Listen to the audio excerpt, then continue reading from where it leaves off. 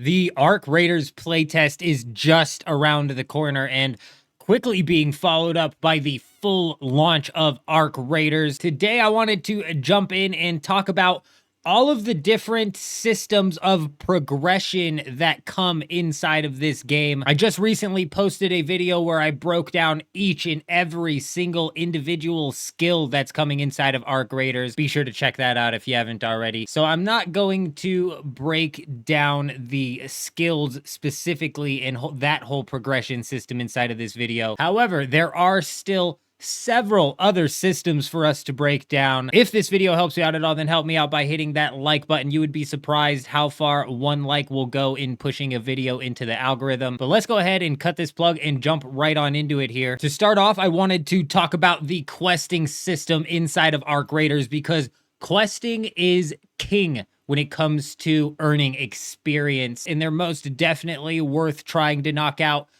as quickly as possible. You can actually pick multiple quests up at one single time when you're inside of your whole outpost area. For example, the trader Shawnee is going to give you a few quests, the first being Topside, which is basically a freebie quest. It only requires you to go up into a raid for the first time, and that's going to get you 4,000 experience. But this trader also gives you a quest called Small But Sinister, where they want you to destroy a tick in order to get a tick pod, and this is going to get you 5,000 experience. And on top of that, they also give you a quest called Hatch Repairs, where you needed to go and repair leaking pipes near one of the exit hatches. And that one's going to get you 6,000 experience. Now, if you can accept all of these quests from the same trader at the same time and manage to complete them in your very first raid, you would be walking away with 15,000 experience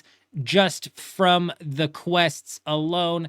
I know that's kind of shooting for the moon, but to make a point, that is what compiling these quests can do for you. Now, I'm not entirely sure if you can accept multiple quests from the same trader, but even with that being said, there are 5 different traders that you can take quests from, meaning that you could potentially be walking into each raid with 5 quests and possibly completing 5 quests each raid, right? In a perfect world. So you should definitely be checking these traders right away to see what sort of easy quests you can knock out for some easy experience, especially right at the start of Arc Raiders. I was thinking about putting together a video theorizing some possible optimal quest routes that we could take in order to maybe get a head start on the competition, at least when it comes to our levels. Let me know down in the comments if that's something you guys would be interested in seeing. Honestly, that might be a video that's best saved for after we get our hands on this public test that's coming up.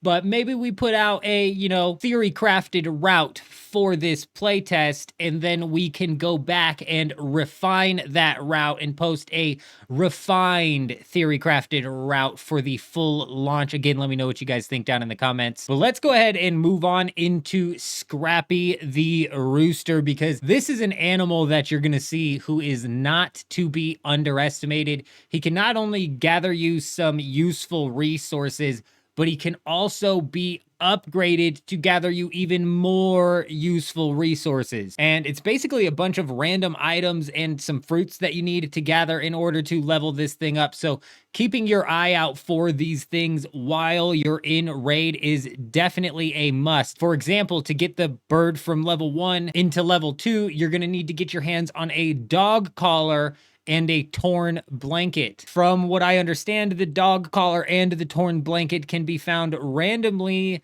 somewhere inside of the buried city, but also there apparently is some sort of quests that you can go on that are gonna point you to the dog collar and the torn blanket as well, just in case you're having a hard time finding it. I'm not entirely sure. Let me know down in the comments if you happen to know for sure.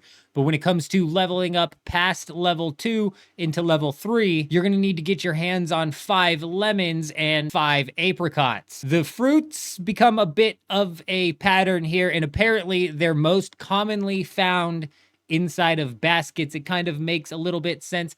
I'm not sure if they're fruit baskets looking type things or just baskets, whatever. The fruits are apparently most commonly found inside of baskets, so definitely keep your eye out not only for the baskets, but all sorts of kind of fruits. You're going to need lemons. You're going to need apricots. You're going to need prickly pears, olives, mushrooms. You're going to need all sorts of things in order to level this bird up, all of which are pretty useful. It's not the most essential progression path for you to go down. Essentially, how this bird works is it's going to give you resources for each and every single raid.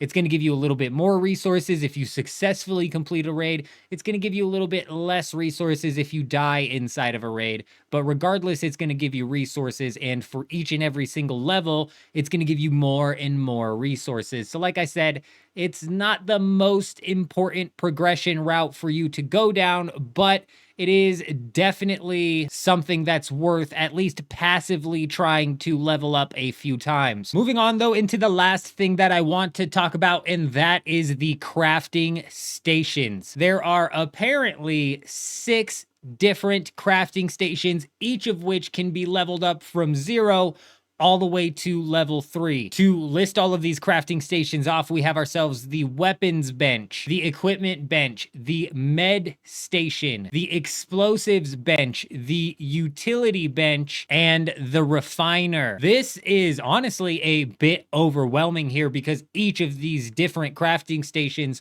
require all sorts of different types of materials in order to level them up from level 0 to level 1 to level 2 to level 3. For example, to get the weapons bench from level 0 to level 1, you're first of all going to have to complete 3 raids, but you're also going to need to get your hands on 30 plastic parts and 40 fabric. But in order to get the weapons bench to level 3, you're going to need to get your hands on 5 industrial batteries, 3 advanced electrical components, and 3 robot parts, which are presumably some higher tier components that are going to be a little bit more difficult to get your hands on. If we then take this upgrading system and apply it to the other 5 crafting stations, we are actually talking about a pretty chunky grind here, which really makes me think that upgrading all of these crafting stations is going to be the most substantial grind here inside of Arc Raiders. Let me know what you guys think down in the comments. Let me know if I missed anything important inside of this video.